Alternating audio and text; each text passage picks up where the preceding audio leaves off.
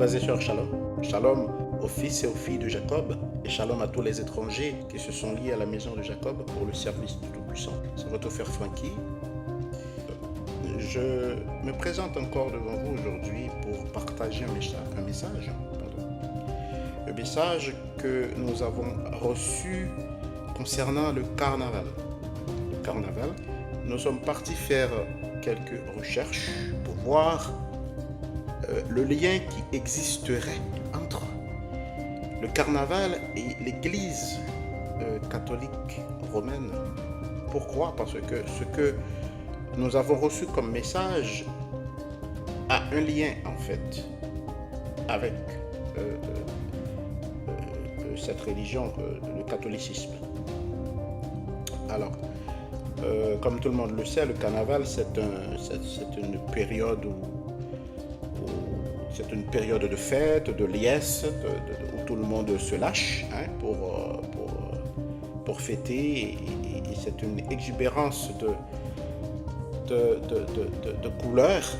Mais nous allons essayer de prendre un temps pour rentrer, pour faire un saut dans l'histoire et pour voir l'étymologie de ce mot et pour voir d'où vient réellement cette fête.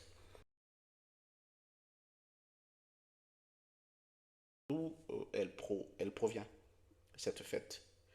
Donc, le carnaval. Le carnaval, on va dire qu'elle remplace en réalité les Saturnales romaines. Rome a toujours été le siège du carnaval. Et bien que certains papes, notamment Clément IX, Clément XI et Clément XIII, aient fait des efforts pour endiguer la marée des bacchanales, nous vous invitons à souligner ce mot, bacchanal. Pour endiguer la marée des bacchanales, d'autres protégeaient et organisaient même ces fêtes.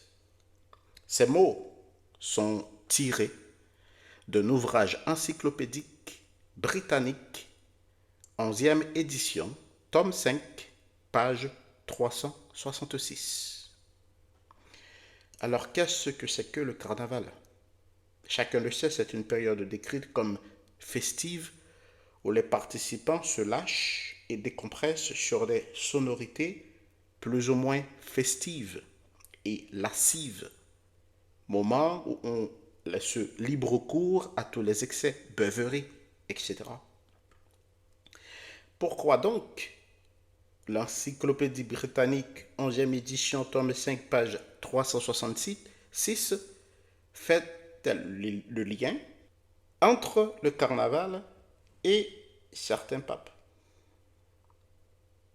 Faisons un saut dans l'histoire pour décortiquer la genèse de cette fête adoptée et fêtée dans le monde entier, et voir quel rapport il y a entre le carnaval et l'Église catholique romaine, et pourquoi elle est acceptée au sein de l'Église catholique, et quel est le symbolisme ou l'esprit qui se cache derrière.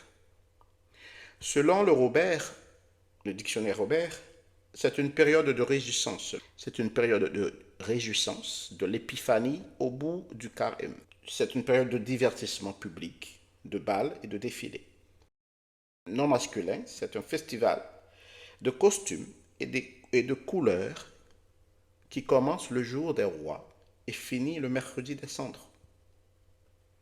Ça, c'est la définition bien lisse et bien rodée du carnaval. Remontons dans le temps pour voir l'autre facette ou l'envers du décor de cette fête si réputée. Pour Nadine Crétin, historienne des fêtes et docteur en histoire, les origines du carnaval sont multiples et lointaines. Sa philosophie reste rigoureuse et sa coupure dans le temps nécessaire et régulatrice. On tourne en ridicule l'espace d'une fête les institutions les plus sérieuses. En Grèce, on célébrait Dionysos. Je vous invite à souligner aussi ce mot, Dionysos. On célébrait Dionysos entre décembre et mars par des fêtes comprenant des jeux dramatiques aux origines du théâtre. Celles-ci recouvraient d'antiques cultes orgiaques liés au réveil de la nature. Je vous invite aussi à souligner le mot orgiaque, adjectif qui vient du mot orgie. Quel est le regard de l'Église naissante? Alors l'Église catholique a permis aux éléments et aux symboles extérieurs de se maintenir en de nombreux cas, pourvu que leur usage fût changé en une signification authentiquement chrétienne. C'est la définition qu'a donnée cette historienne de fête, docteur en histoire, par rapport à cette fête qu'est le carnaval.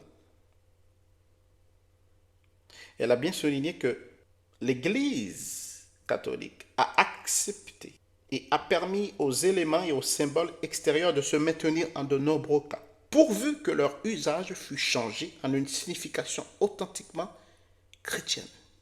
Encore une fois, nous voyons que l'Église catholique prend cette liberté de laisser infiltrer des fêtes païennes en son sein.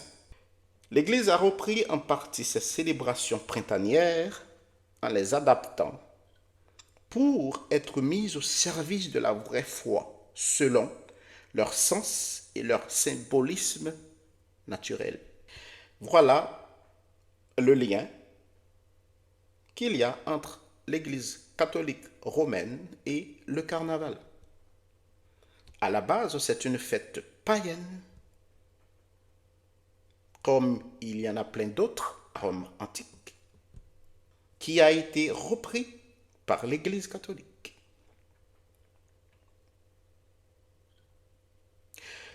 Dans l'encyclopédie de la religion et de l'éthique de James Hastings, on trouve cette explication.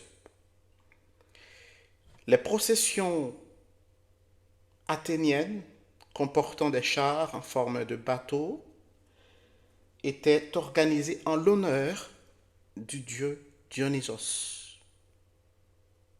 Le culte de Dionysos se retrouve dans les bacchanales et les lupercales romaines, fêtes qui, à la fin de l'Empire romain, se caractérisaient par des plaisanteries obscènes et une liberté sans retenue, et se déroulaient dans un désordre civil temporaire. Cet esprit général ainsi que certains aspects particuliers ont été transmis à la fête du carnaval, entre autres. Ce qui explique pourquoi celle-ci a revêtu ce caractère spécial dans des régions où la civilisation romaine exerça une influence souveraine. C'est tiré de l'encyclopédie de la religion et de l'éthique, tome 3, page 226. Nous allons essayer de regarder l'étymologie même de ces mots, comme bacchanal. C'est quoi le bacchanal? C'est un adjectif qui provient de Bacchus, la divinité du vin et du plaisir chez les Romains. Bacchus est le nom romain qui correspond à Dionysos dans la mythologie grecque.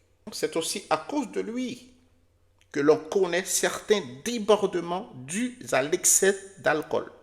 Souvenez-vous, on a parlé du Saturnal, parce que le carnaval, selon l'encyclopédie britannique, remplace en réalité les Saturnales romaines.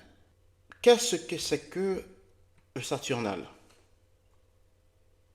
Selon le dictionnaire encyclopédique Universalis, la fête des Saturnales, sorte de carnaval où les hiérarchies sociales et les conventions morales étaient bouleversées dans la Rome antique, les maîtres s'y mettaient au service de leurs esclaves et la licence la plus débridée s'y donnait libre cours.